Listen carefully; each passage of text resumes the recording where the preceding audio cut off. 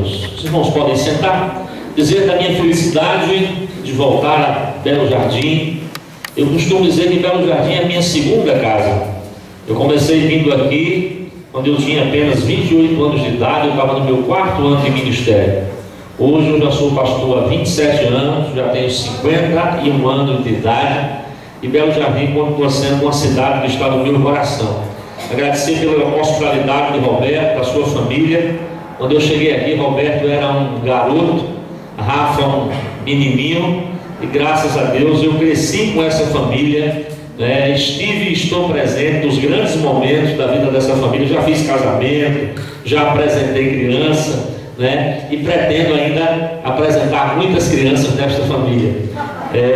Rever o pastor Rogério, sua esposa, e parabenizar a união de homens, né, que completa esta idade tão importante, né, 10 anos de trabalho, de luta na obra do Senhor. Amém? Eu gostaria que, assentado como você está, você abrisse a palavra de Deus no 2º livro de Crônicas, no capítulo 7.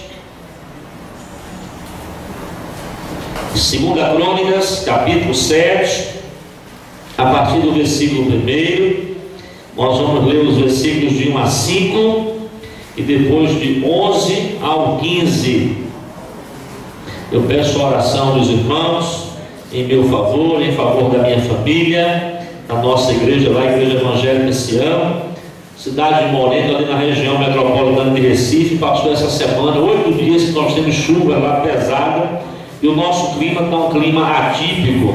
A gente passa a noite com a temperatura de 20 graus, 21 graus. Quando o dia surge, às 10 horas da manhã, a gente está com 28, 29.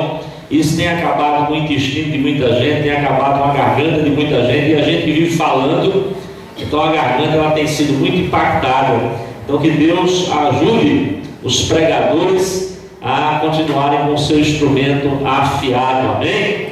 2 Crônicas 7, de 1 a 5, e depois do 11 ao 15 diz assim: E acabando Salomão de orar, desceu fogo do céu e consumiu o holocausto e os sacrifícios, e a glória do Senhor encheu toda a casa.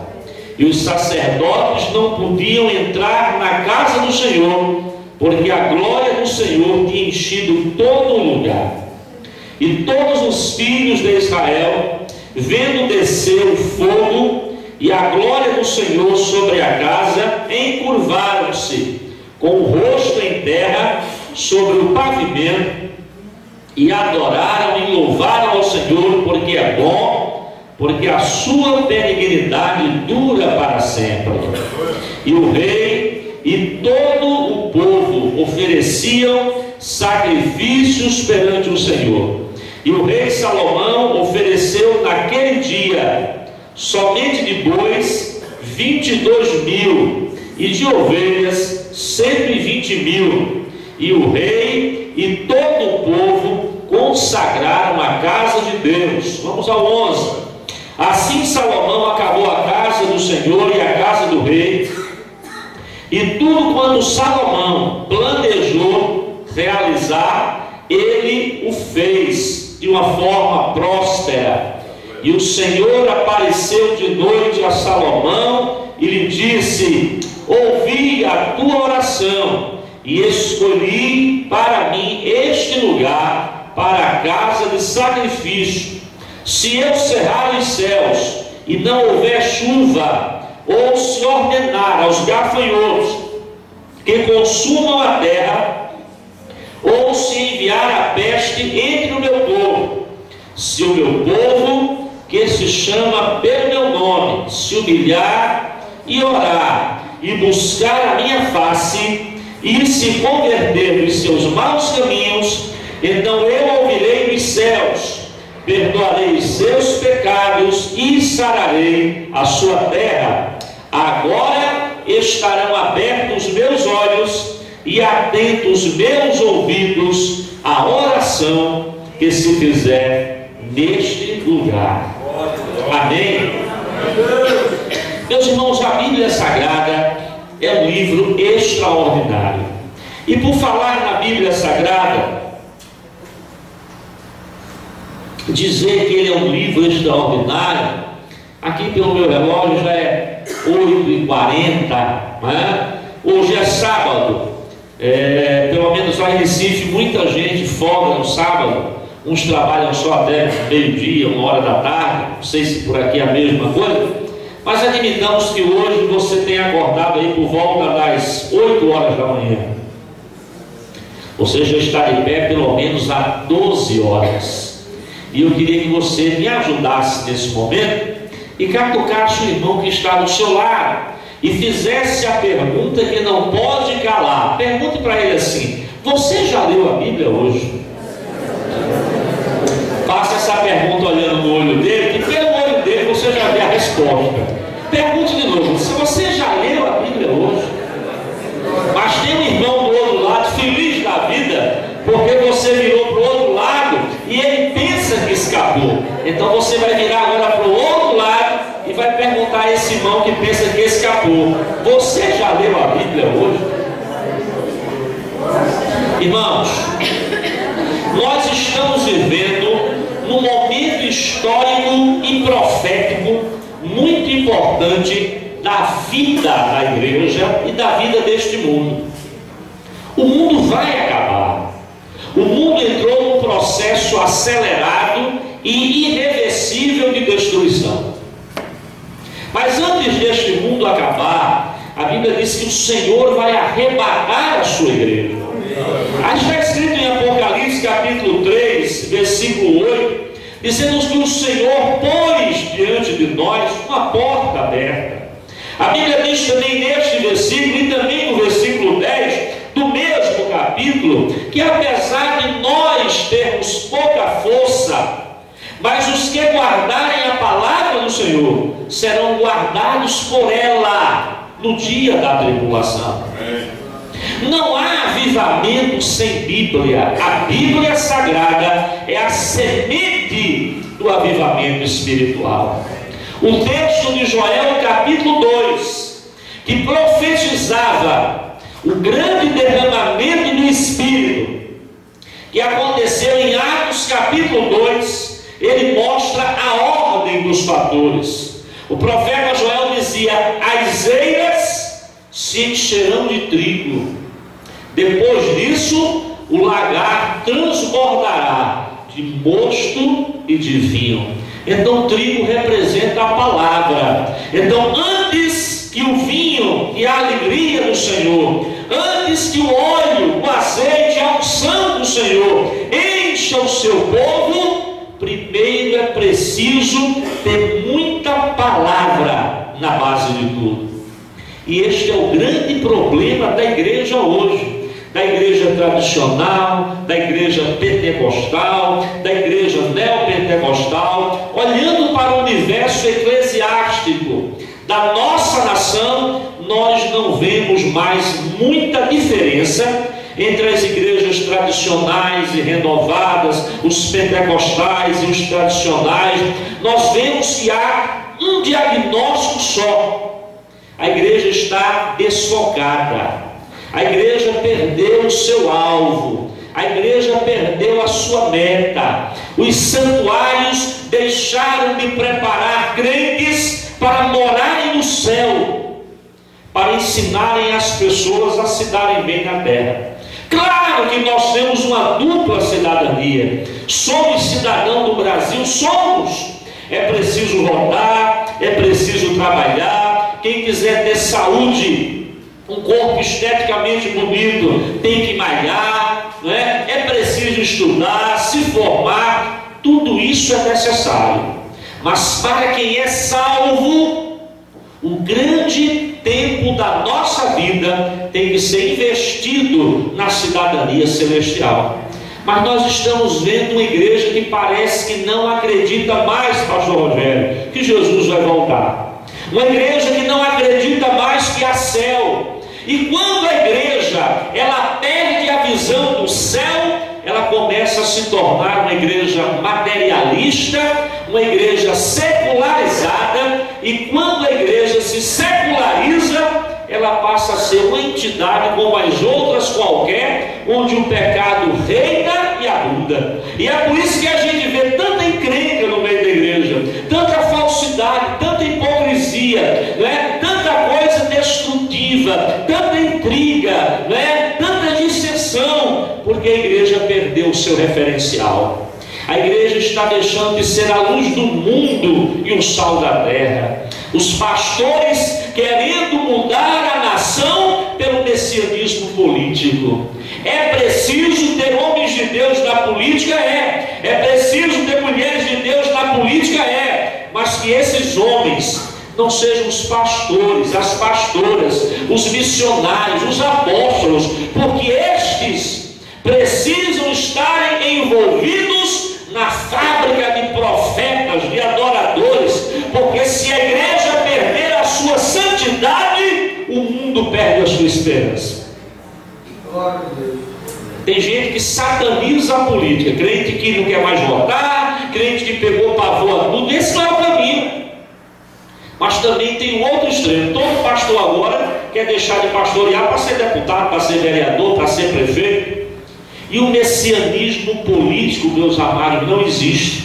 Eu tenho 51 anos de idade e quando eu voltei pela primeira vez, estava disputando a eleição a antiga Arena e o antigo MDB. Depois a Arena se transformou no PDS, o MDB no PMDB, depois o PDS se transformou no PFL, o MDB continuou em MDB, depois o PFL se transformou no Democrata, e eram dois partidos, um ala da direita e um ala da esquerda. Depois se misturou, que hoje o partido político é como bula de farmácia, como remédio, é como fórmula química, é PPQ, PQC, PQT, PQTA, né? E a gente vê que nesses 30 anos os partidos se revezaram no poder e nós não vemos diferença nenhuma.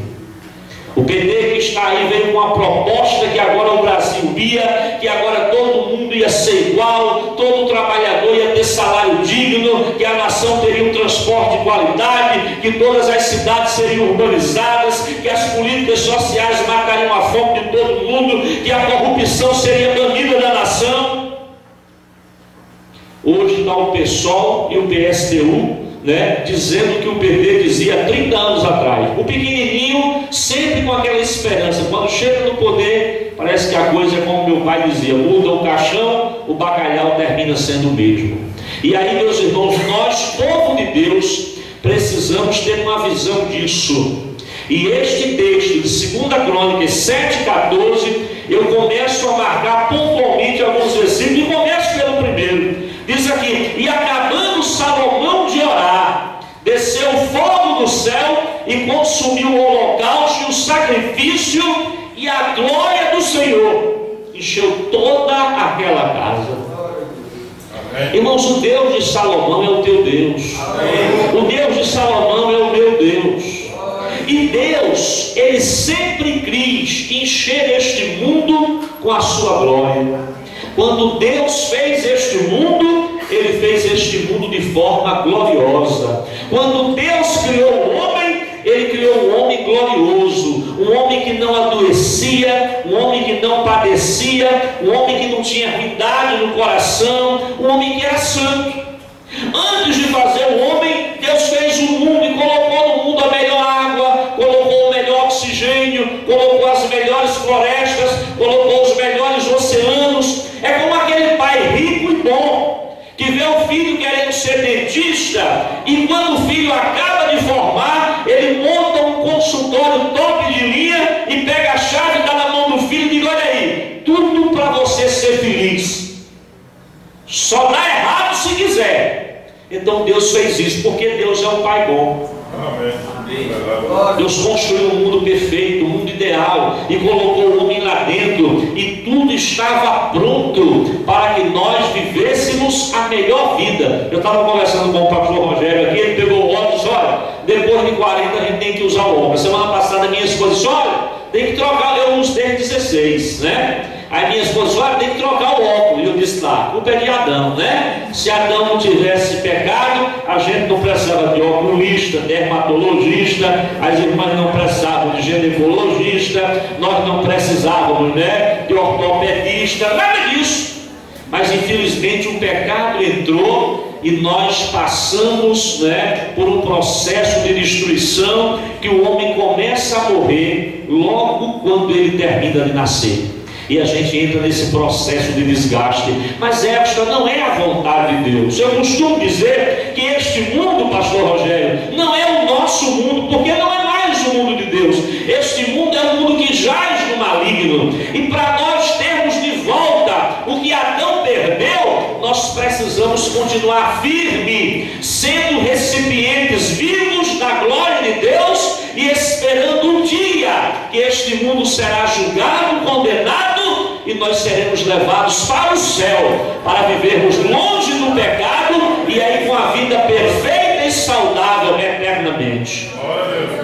Mas aqui a Bíblia diz que o Senhor encheu toda aquela casa, e o Senhor também quer encher esta casa todos os dias. O Senhor quer encher a sua vida, porque a sua vida hoje é casa do Espírito Santo. O Senhor quer encher a cidade de Belo Jardim. O Senhor quer encher o estado de Pernambuco. O Senhor quer encher a nação brasileira. Mas nós não encontramos mais autoridades como o rei Salomão, que pelo menos neste momento tinha o coração voltado para Deus.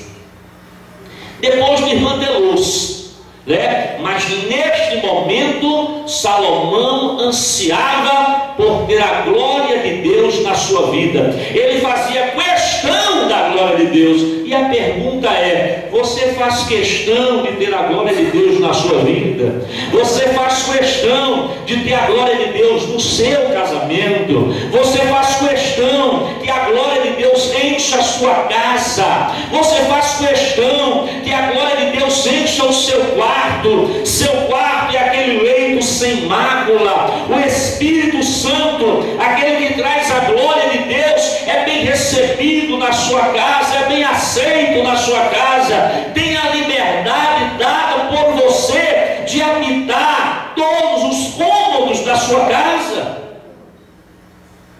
Então a Bíblia diz que o Senhor encheu toda aquela casa. E o negócio aqui foi tão sério que no versículo 2 diz que os sacerdotes quiseram entrar, mas não puderam, porque a casa estava cheia da glória. Tinha tanta glória que nem os sacerdotes, que tinham direito a entrar, não conseguiram entrar, ficaram do lado de fora. Então, meus irmãos, neste momento nós vemos uma presença maciça da glória de Deus, e nós estamos sentindo a falta desta glória nas nossas igrejas. Nós estamos sentindo a falta desta glória nos nossos cultos. Nós estamos vivendo, infelizmente, a época da igreja de Laodiceia. Apocalipse capítulo 3, 20 não foi escrito para a igreja de Mórmon, não foi escrito para uma igreja testemunha de Jeová, não foi escrito para uma igreja católica, não foi escrito, né, para uma seita judaica, mas a igreja de Laodiceia, no nosso linguajar, era uma igreja de crente. Mas sabe o que é que diz o capítulo 3, o versículo 20 de Apocalipse? Sabe o que é que o Espírito Santo está dizendo? O Espírito Santo do lado de fora, encostado na porta, dizendo: eis que eu estou na porta e bato. Se alguém abrir esta porta, eu quero entrar, porque eu quero ficar com vocês, e eu quero que vocês fiquem comigo. Então, irmãos, que tristeza uma igreja evangélica, uma igreja de crente, que bota o Espírito Santo para fora. Uma igreja que tinha uma liturgia, mas a liturgia dela, que tinha uma liderança, mas uma liderança escolhida por ela, que tinha uma programação, mas uma programação programada por ela. E quando as nossas programações são nossas, quando a liturgia é uma liturgia humana, religiosa, eclesiástica, o Espírito se retira. E nós estamos vendo o Espírito Santo se retirando de uma grande maioria dos cultos que nós estamos oferecendo a Deus nesses últimos dias. O culto vem sendo substituído pelo show, O dirigente e o pregador é escolhido de acordo com a programação. Nós temos um cuidado tão grande com o culto do domingo, porque talvez o prefeito venha, o vereador resolva visitar, mas o culto da terça, da quarta, porque paletó é só no domingo, sapato engraxado, né? Porque a meia das irmãs, porque o cabelo só leva a chapinha no final de semana, no dia de festa, né? Porque a gente só engoma a calça naqueles cultos especiais. Se o culto é para Deus, todo culto é especial, mas nós escolhemos o dirigente de acordo com as pessoas. Estamos mais preocupados em agradar aos homens do que a Deus. E esse tipo de coisa tem tirado a glória de Deus da casa. E quando a glória de Deus sai, vai embora o amor, vai embora a alegria, vai embora o perdão, vai embora a bondade, vai embora a benignidade. Porque se o Espírito Santo é colocado para fora, ele leva o dom e leva o fruto, né? Então a igreja ela fica uma instituição meramente religiosa.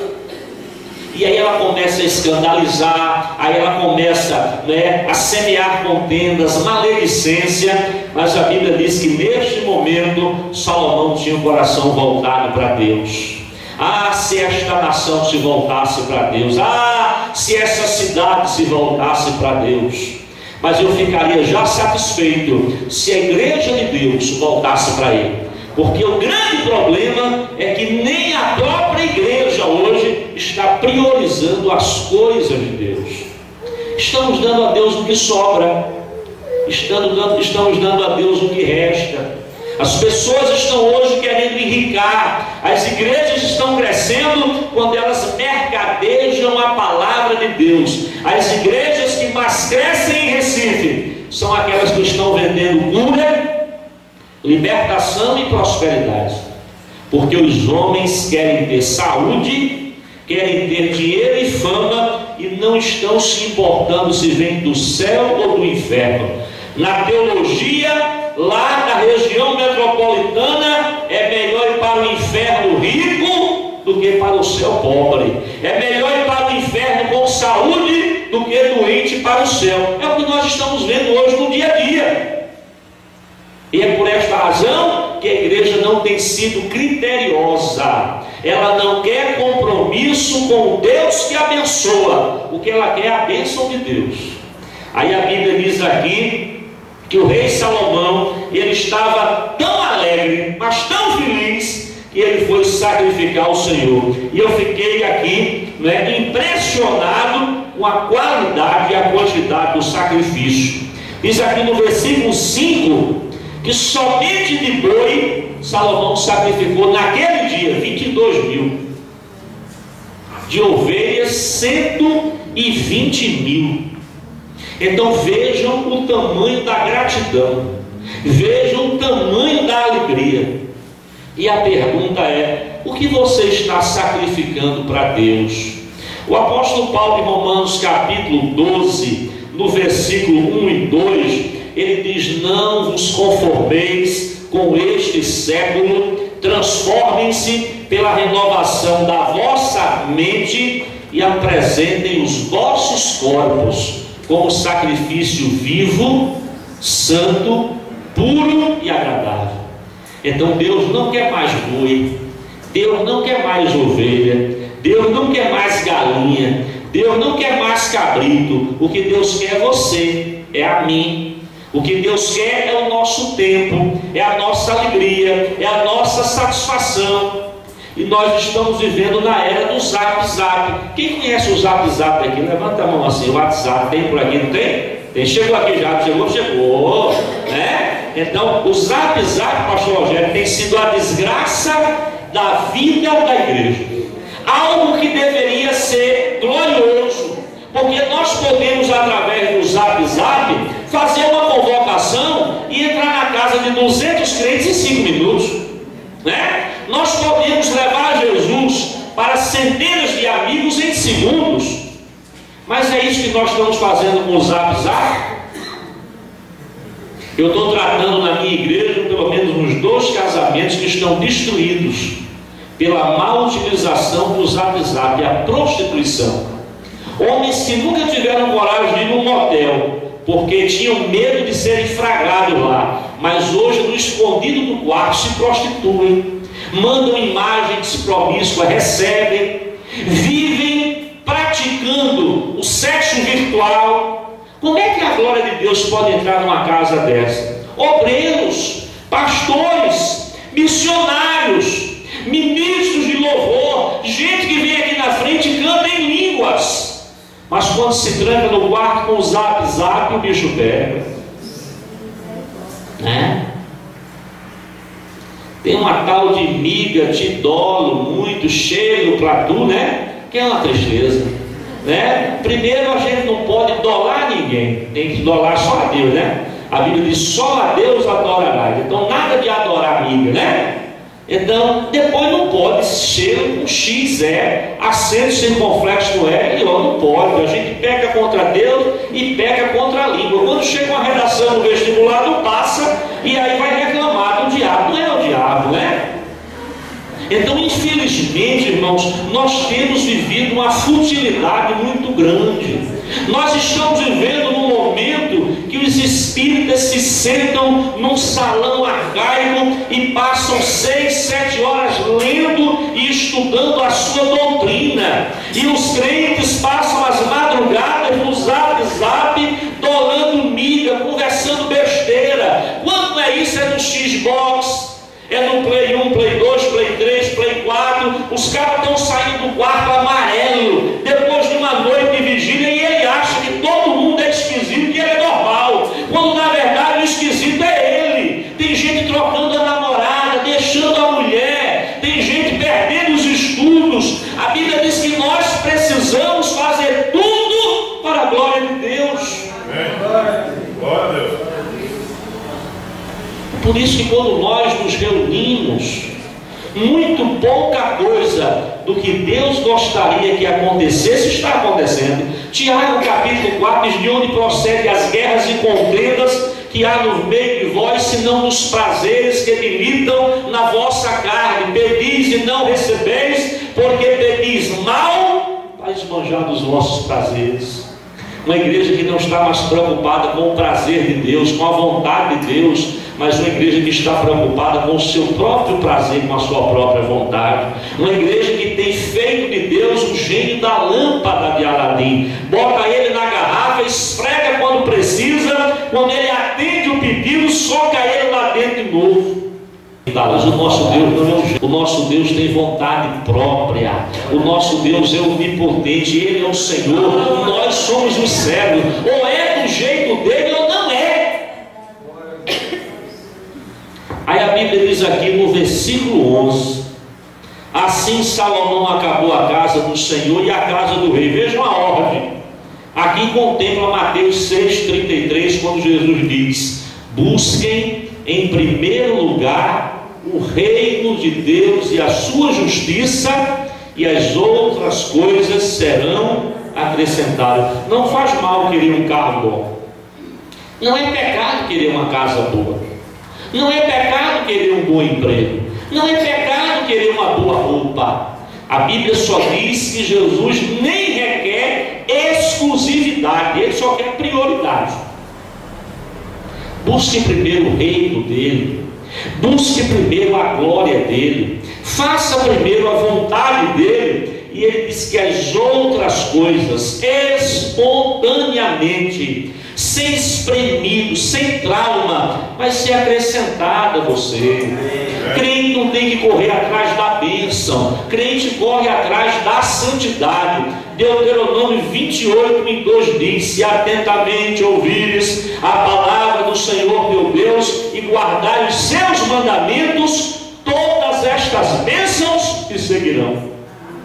Eu vejo aqui é o crente correndo atrás da santidade e a bênção correndo atrás do crente. É um trenzinho de três: o crente atrás da santidade e a bênção atrás do crente. Agora, quando o crente perde de vista a santidade, a bênção desaparece da vida dele.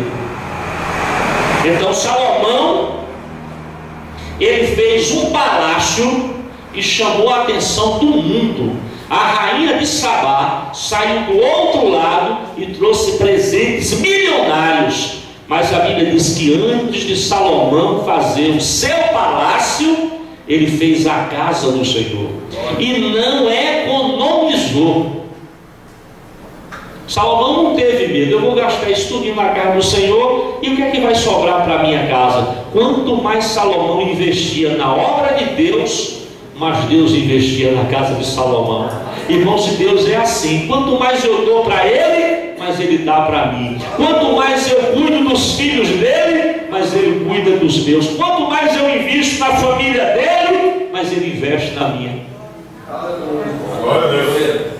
Não adianta o crente, não, é porque esse governo, essa presidente, como é que você está mais ou menos com o governo? Diz que governo que nada, irmão. O governo do faraó era bem pior do que o governo do Brasil. E a Bíblia diz que quando o povo se santificou, Deus foi lá, enfrentou o faraó, tirou o povo de lá, abençoou o povo. A igreja depende de Deus. A igreja depende da fé. A Bíblia diz: agindo Deus, quem impedirá? Quem se levantar contra a igreja do Senhor vai receber o peso da mão de Deus. Se preocupe apenas em estar no centro da vontade de Deus, que você terá livramentos, você terá paz, você terá alegria, você terá prosperidade, né? Aonde você plantar, você vai colher. Quem quer ser próspero aqui? Quem quer ser próspero? Eu também quero, né? Mas qual é o segredo? Não tem segredo, está revelado. Salmos de número 1: bem-aventurado o homem que não senta na roda dos escarnecedores, não se detém no caminho dos ímpios, nem na roda dos pecadores. Antes o seu prazer está na lei do Senhor, e nela medita de dia e de noite. Estes serão como árvores plantadas às margens dos rios, as folhas nem murcham e nem caem, e tudo que ele fizer prosperará. Amém? Então por que a igreja não está prosperando? Porque a igreja está se assentando na roda dos escarnecedores, perdendo tempo com ímpios e pecadores, e não tem mais prazer na lei do Senhor, e não medita nela nem de dia e nem de noite. Você sabia que tem crentes que passam semanas sem pegar na Bíblia? Sabia? Você sabia que tem crentes que passam semana sem ler a lição da escola bíblica? Aí diz: eu não tenho tempo. A gente arruma tempo para o que a gente gosta. Quando o rapaz está apaixonado, ele larga do trabalho, chega cansado, sobe uma ladeira, mas assina o ponto na cara da moça. E se o sogro não afrouxar, na meia-noite, uma hora se deixar, ele dorme. 15 anos depois, se perder a paixão: meu filho, estou fazendo hora extra. Aí ele chega: meu filhinho, eu estou cansado, perdeu a paixão. Não é para perder, né? É para aumentar. Então eu estou casado há 27 anos. Eu comecei com 14, passei 8 namoro e noivado, casei. Minha primeira e única mulher foi minha namorada, minha noiva, hoje é minha esposa, mãe dos meus filhos, e está aí. É o conselho de Salomão: vamos ficar velho perto da mulher da mocidade. Não adianta fazer o que está fazendo para ele. Chega a 40, troca ela por 2,20, aí o cara começa pintando o cabelo de azul, aí bota botox, ajeita, mexe na lanternagem, mas o motor é o mesmo, irmão. Quando sobe a ladeira, morre. Não adianta, né? Então a gente tem que ser compatível com as coisas. Então não adianta maquiar o fato, não adianta querer arrumar um atalho para Deus. Então Deus trata de tudo. Deus orienta como a família deve viver, Deus orienta como o amor deve ser tratado. Então Salomão, ele fez uma grande casa para ele, mas primeiro ele fez uma grande casa para Deus. Aí no versículo 12, irmãos, olha: quando Deus se alegra com um homem, quando Deus se alegra com uma igreja, o negócio é muito bonito. Diz aqui no versículo 12: e o Senhor apareceu de noite a Salomão e lhe disse: irmão, Já pensou tu ouvir isso aqui da boca de Deus, ouvir tua oração, escolhi este lugar para a casa do sacrifício? Veja o que é que Deus segue dizendo: se eu cerrar os céus e não houver chuva, ou se ordenar aos gafanhotos que consumam a terra, ou se enviar a peste entre o meu povo, se o meu povo, que se chama pelo meu nome, se humilhar, orar, buscar a minha face e se converter dos seus maus caminhos, aí Deus diz aqui: do céu eu ouvirei, perdoarei os seus pecados e sararei a sua terra. Diga amém. Amém. Tem uma seca danada no Nordeste aí. Não, o governo vai resolver. A SUDENGA resolve não, irmão. O que é que o governo pode fazer? Cavar um buraco, né? Ele cava o açude, aí libera verba para botar cano, mas o governo cria água, irmão, cria. Só Deus. Né? Então, quem é que tem esse direito, né, de ser sócio de Deus? A igreja. Deus disse a Salomão: se vocês pedirem aqui, eu abro a janela do céu e mando água, porque eu tenho água para dar. Deus falou para ele: olha, uma praga de gafanhoto levou ali aquela lavoura toda. O governo joga veneno de helicóptero, aí o veneno cai, aí mata 500 mil gafanhotos. Mas os filhotinhos estão ali, sobrevivem. Aquele mesmo veneno não vai matar mais. Aí tem que aumentar o veneno. E já tem gafanhoto que não tem veneno que mate. E sabe quem é que está morrendo? A gente. E o veneno fica no tomate, no pimentão, no pepino, desce, né, vai para o rio, aí termina a gente bebendo, e aí é câncer no fígado, é um cara de coisa. E os gafanhotos rindo do governo da gente. Mas a Bíblia diz aqui que se a igreja orar, Deus acaba com a praga.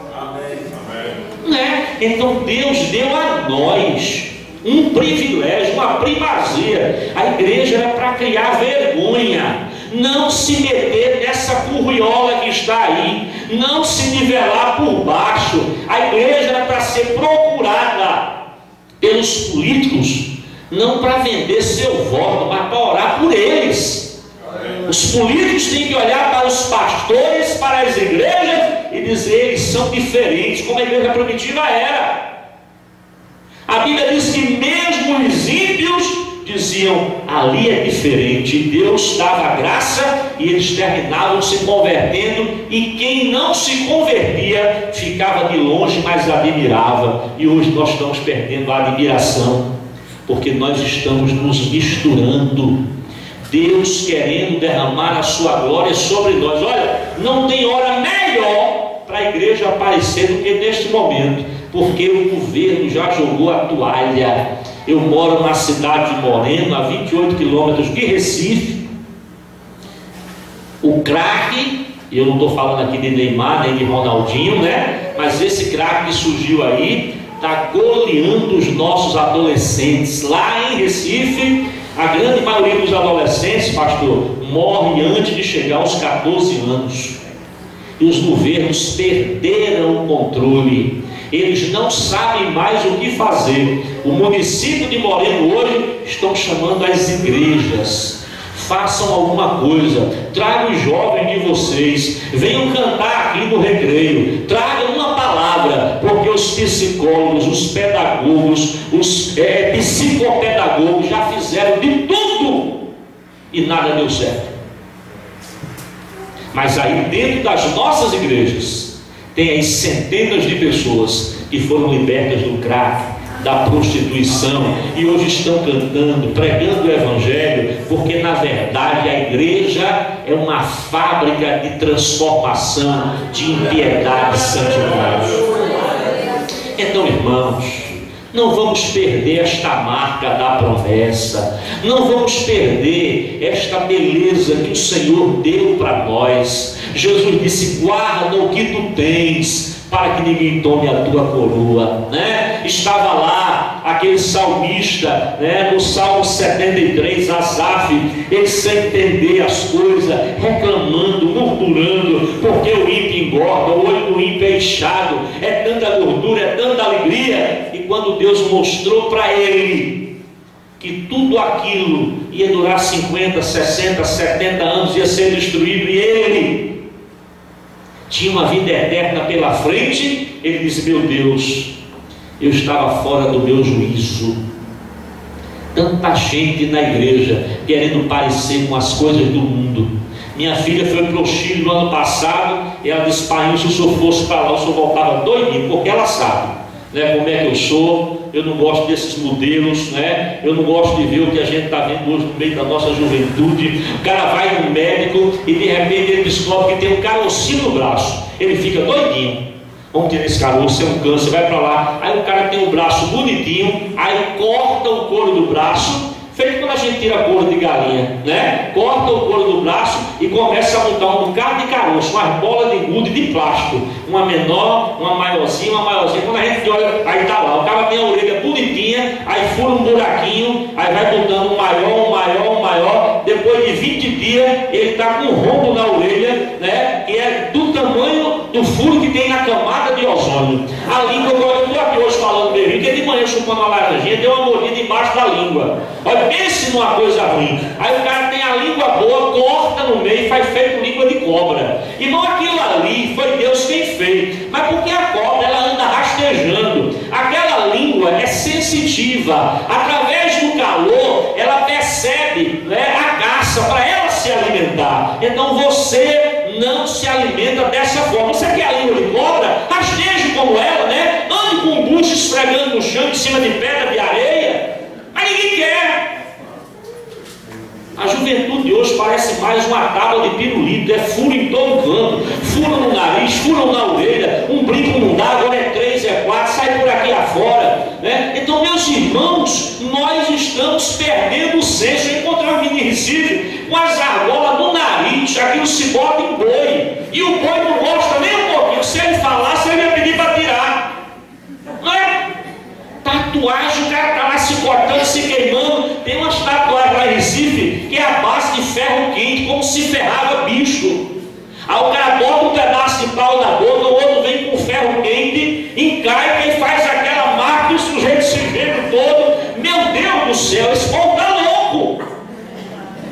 A minha menina foi postinho e disse que você passa, aí vem uma moça que só tem uma banda no cabelo, aí do outro lado a outra raspa daqui para cima, aí o outro tira tudinho, deixa somente uma tirazinha em cima. É um negócio estúpido e estranho, irmão. Mas nós somos o povo de Deus. A roupa do Egito é do Egito, o cabelo do Egito é do Egito, o bigode do Egito é do Egito, o furo do Egito é do Egito, a linguagem do Egito é do Egito, e a linguagem do céu é do céu. Eliseu passava do outro lado da rua, pastor Rogério, e alguém olhou e disse: ali vai o santo homem de Deus. E às vezes as escolas estão precisando de ajuda, mas os jovens que estão lá dentro, mesmo das igrejas, não tem diferença nenhuma, não inspiram mais confiança, não tem mais credibilidade.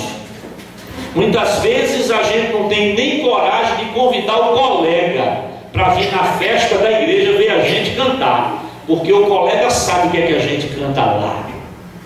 O colega sabe a diferença da roupa que a gente usa aqui para a roupa que a gente veste lá. O colega que joga com a gente na quadra sabe que a gente, para entrar no céu, né, se São Pedro estivesse na porta, ia ter que pegar aquele negócio que limpa peixe na Semana Santa, para limpar a língua do rapaz que joga lá na quadra. Né? Aí como é que eu vou trazer uma pessoa dessa para me ver dar uma palavra na igreja? Tem gente que só prega numa cidade a 200 quilômetros de distância da dele, porque lá ninguém me conhece. Então, onde está a sua identidade? O apóstolo Paulo diz: seja meu imitador, como eu sou de Cristo. Mas a frase hoje do dia é: faça o que eu digo, mas não faça o que eu faço. Ah, pastor, não me julgue não, porque o meu coração é bom. Mentira, porque a Bíblia diz que só sai pela boca o que está no coração. Se as suas ações são ruins, o seu coração não presta. E se a gente tiver que medir santidade por coração, vai ter que botar uma máquina de eletrocardiograma na porta da igreja, porque o que lê coração é eletrocardiograma, né? Então eu tenho que ver as atitudes e as ações. Ninguém pensa uma coisa e faz outra. Você só diz o que pensa, você só faz o que pensa. Por isso, terminando, que quando Paulo escreve aos Filipenses no capítulo 4, ele diz: tudo que for bom, puro, santo, agradável, verdadeiro, de boa fama, ocupe a vossa mente. Sabe por quê? Porque daqui a pouco vai sair pela sua língua. O pensamento vai gerar um ato. O ato vai ser repetido e vai se transformar num hábito. O hábito vai determinar o seu caráter. E o seu caráter vai dizer se você vai morar no céu ou no inferno. Então, cuidado com os seus pensamentos. Cuidado com as suas palavras. É tão bom quando a gente prega e vê o pessoal assim. Quem gosta de presente aqui? Quem gosta de presente? Vamos alegrar um pouquinho. Eu também gosto. Deixa eu dar uma notícia a você. Deus tem um presente para cada um de nós. Era ele. Deixa eu terminar a história. Apocalipse 22, 12. Eis que cedo venho e está comigo na minha mão direita um presente, uma recompensa. Amém? Mas deixa eu terminar a história. Deus diz assim: eu vou presentear a cada um segundo as suas obras, os seus feitos, as suas práticas, o seu caráter. Tem presente para todo mundo? Tem. Agora, este presente de Deus é condicionado às suas obras, às suas ações. Então, o que é que você tem praticado na escola? Sabe o que é que salva a gente? O nosso comportamento quando nós achamos que ninguém está nos vendo. Aquele é o seu verdadeiro eu. Porque aqui na igreja, no meio da família, perto de papai e mamãe, tem muita gente que representa muito bem. Mas quando a gente olha para um lado, olha para o outro, mas aqui ninguém me conhece. Agora é comigo, é nada, meu velho.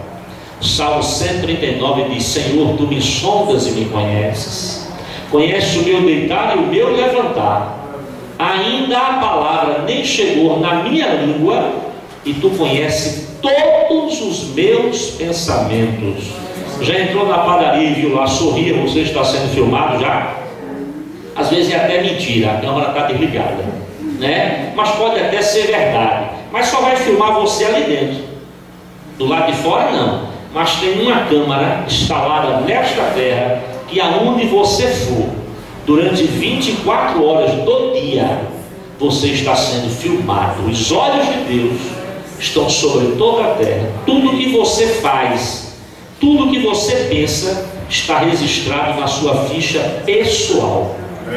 E diz a Bíblia que um dia você vai ser chamado a prestar contas de tudo que fez e tudo que não fez.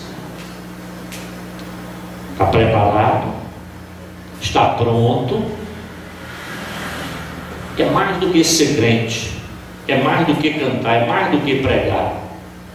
É um relacionamento com Deus. Então eu gostaria, neste momento final, de convidar você que está aqui. É a nossa primeira noite. Amanhã a gente quer trazer uma palavra evangelística. Mas palavra evangelística tem que ser trazida para pessoas não evangélicas. E ninguém melhor do que você para trazer seus parentes, seus amigos e seus inimigos. Você tem inimigo? Traz ele para aceitar Jesus. Quando ele aceitar, vai ficar teu amigo. Não tem problema nenhum, né? Então você vai trazer amanhã. Mas antes da gente tratar com eles, vamos deixar Deus tratar com a gente? Faz uma análise introspectiva da tua vida agora. O que está passando na tua mente? Como tu tens vivido esses últimos dias? Como está teu comportamento na escola? Né? Como está a tua leitura da palavra? Você leu a Bíblia hoje? Não. E ontem também não. E anteontem? Não. E terça-feira? Ih, pastor, quase que eu lia, mas não deu tempo. Tá ruim. Lá na sua escola, alguém sabe que você é crente? Tem algum amigo seu aqui? Você convidou algum amigo seu para vir para cá hoje? Você convidou e ele não veio, problema dele. Mas se você não convidou, o problema é teu. Deus vai cobrar de você. E o Zap Zap? O que é que rola lá no Zap Zap? Deus está feliz? Está se agradando? E o Face? Como é que está o Face? Para a glória de Deus? Ou para escândalo do Evangelho? Você teria coragem de sentar com o seu pastor, né, e deixar ele pertinho da sua cadeira quando você está no Face?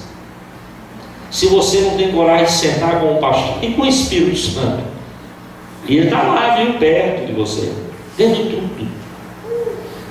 Então, quanto tempo você tem dedicado às coisas de Deus e às coisas que não são de Deus? Você tem 2 carros, um de 50 mil e um de 5 mil. Sua casa tem uma garagem. Qual carro você guarda de noite? O de 50 ou o de 5? Qual carro você bota na garagem? O de 50? Por quê? É mais valioso. Você tem um espírito, né? E você tem uma carne. Essa carne, 7 dias depois que você morrer, vai ser Selva e Céus de Maria Angílica. Lá em Lorena tem a Maria Angílica, que é um besourinho desse tamanho que tem debaixo da terra. Quando eu era menino, eu gostava, fui criado na rua do cemitério, eu gostava. A gente catuca, ela molha e a gente puxa. Desse tamanho assim, é um bichinho. Acaba bateu lá, gordinho, fofinho, bonitinho, cheirosinho, cabelo bem arrumadinho. Quando ele bate lá, você abre o caixão, 7, 8, 9 dias depois, está todo esburacado. Depois de um mês, não tem nem a catinga mais. Mas a gente investe tanto disso, né? É botox, é chapinha, bota para lá, bota para cá, puxa. Quem tem o cabelo estirado, enrosca. Quem tem enroscado, estira. A gente vem para a igreja domingo de noite, domingo de tarde, a gente não lê Bíblia, não ora, mas passa 2 horas no espelho, ajeita, tal, bota para lá, bota a touca, bota o papel laminado, tira o papel laminado, prende e solta. Aí quando chega de noite, não lê um versículo, não orou 10 minutos, o fogo vai ter que descer, e Deus é besta, irmão. Que fogo que nada. Né? Então, se você guarda na garagem o carro de 50 porque é mais valioso, então você deveria cuidar mais do seu espírito, que esse é eterno. E você tem cuidado tanto da carne, alimentado tanto a carne, agradado tanto a carne, e a carne desagrada a Deus, tira você da presença de Deus, e se continuar assim vai tirar você até do céu. Eu não lhe conheço, mas Deus lhe conhece. Nenhum homem morre afogado porque cai no fundo de um rio. Só morre afogado o homem que de lá não sair. A Bíblia diz: eis que a mão do Senhor está estendida para salvar. Então a mão de Deus está estendida. Não só é ímpio que precisa dessa salvação, não. Tem crente aí que se Jesus voltasse hoje ia para o inferno. Porque o que vai salvar não é o nome da igreja, mas é o seu comportamento diante de Deus. Então, se você olhou para dentro de você e encontrou aí algumas brechas que precisam ser tapadas, se você precisa ler Bíblia, orar, evangelizar a sua turma, mudar a programação do Face, do Zap Zap, olhar direitinho o que está assistindo na televisão, se você está se sentindo aí um tanto quanto intranquilo, eu gostaria que você ficasse de pé onde você está. Não precisa dizer qual é a bronca, qual é o problema, não precisa se acanhar, se envergonhar. A Bíblia diz que igreja é lugar de se humilhar, humilhai-vos debaixo da potente mão de Deus, para que no tempo de Deus Ele te exalte. Você vai dizer assim: Senhor, eu estou fraco nessa área, eu estou andando mal nessa área, e eu preciso nesta noite de uma restauração. Se a gente não reconhecer isso, irmão, a gente vai de abismo em abismo até o inferno. Como é que eu quero mudar a vida dos outros lá, se a minha está precisando de uma guinada? Então o pastor Rogério vai orar por você. Então, se você sente que há uma brecha na sua vida que precisa fechar, eu queria que você ficasse bem onde você está. E aí você vai aí se acertar com Deus. E eu tenho certeza que Deus estará levantando um grande exército, e este exército dará conta da batalha espiritual. Vocês estão sendo preparados para um novo tempo. Há um novo tempo para Belo Jardim. O tempo do arrebatamento se aproxima e Deus precisa de uma igreja nivelada pela palavra do Senhor. Amém?